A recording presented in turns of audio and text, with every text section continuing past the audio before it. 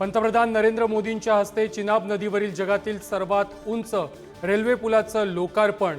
जम्मू काश्मीरमधील कटरा ते श्रीनगर 63 किमींचा नवा मार्ग। 46,000 कोटींच्या विकास कामांचंही भूमिपूजन। मुंबईतील मिठी नदी गैरव्यवहार प्रकरणी ईडीकडून कंत्राटदार आणि अभिनेता डिनो मोरिया त्याचबरोबर 15हून अधिक ठिकाणी छापे। 65 कोटींच्या व्यवहारांच्या तपासाला सुरुवात।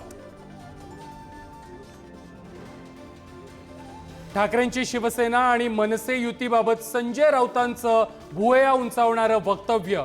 राज आणि उद्धव ठाकरेंमध्ये बोलणं झालंही असेल, राऊतांचं वक्तव्य।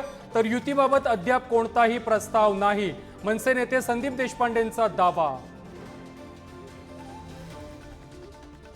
हिंदुत्व आणि ठाकरे म्हणजे महाराष्ट्र। नाशिकमध्ये मनसैनिक आणि ठाकरेंच्या शिवसेनेचे कार्यकर्ते एकत्र। भाजपवर हल्लाबोल।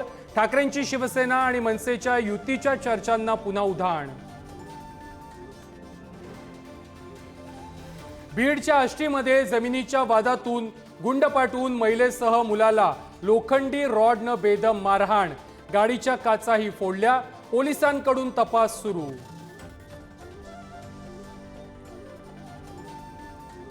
खेळता खेळता पाण्याच्या बादलीमध्ये बुडून 10 महिन्याच्या बाळाचा मृत्यू।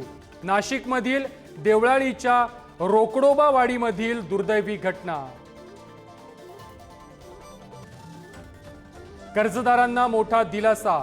रेपो रेटमध्ये 50 बेसिस पॉइंटची घट। आरबीआय कडून रेपो रेट 6% 5.5%वर। आठवडाभराच्या विश्रांतीनंतर राज्यामध्ये पावसाचा जोर वाढला। 9 जूनपर्यंत येलो अलर्ट जारी, तर 12 जूनपासून राज्यभर अतिमुसळधार पावसाचा हवामान विभागाचा अंदाज।